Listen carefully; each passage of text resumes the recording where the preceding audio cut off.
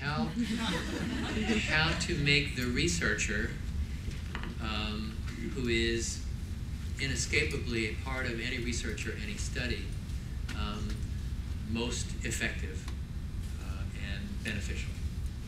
And most considered as part of what's happening. Anybody who does research that doesn't think the teacher or the researcher is not part of the research is lost from the get-go. Okay? And it's really one of the difficult, really difficult parts of yogic research, research on yoga as a healing modality, as a medical modality. Mr. Iyengar does lots of therapeutic work, and his method, maybe more than any of the other methods, is connected to yoga therapeutics, and lots of other approaches have grown out of his therapeutic techniques. The reason why it's so difficult to do real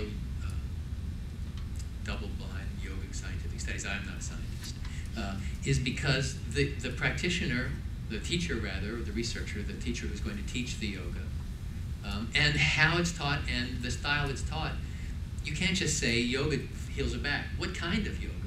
Which poses? Get taught by whom? Adjusted by hand? Adjusted by mouth? All these things are components.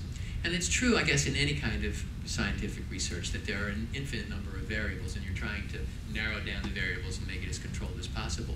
But when you're talking about yoga, it just becomes, I've just given you all the different levels of possibility just in alignment. You've got so many variables there, and just the presence of the teacher. Cassandra mentioned that I spent some time studying with Donna Holloman, who spent a lot of time with your grandmother, traveling around Europe, and Mr. Iyengar and Bandhaskar Valley and Krishnamurti and all those folks. Donna Holloman, I spent quite a number of years working very closely with Donna Holloman. At one point in her teaching, she came in and she said, the class was there waiting, and somebody asked her some kind of question about which way this turns in that pose, and she said, points, points, points. I am sick to death of points, meaning alignment details. She says, do you know why you people come to these classes? You don't come to these classes to get this information. You think you do. But you come for an experience. You come to be in the presence of the teacher who conveys an experience to you, and it's that experience that we're really here for, not this information. Okay? And it's true in everything. And it's especially true in yoga research and in yoga teaching. It is the teacher, him or herself, that creates the quality of the experience, and the information is a vehicle for that. And it's a shared way for the teacher and the student to communicate about really ineffable things. But that's really, on a fundamental level, what it's all about. So your questions are really important. And it's a challenge. It's a challenge to researchers, because we still need the research.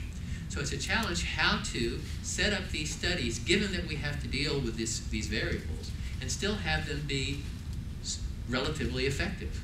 And it is possible. I think it's possible, and I encourage you scientists to continue.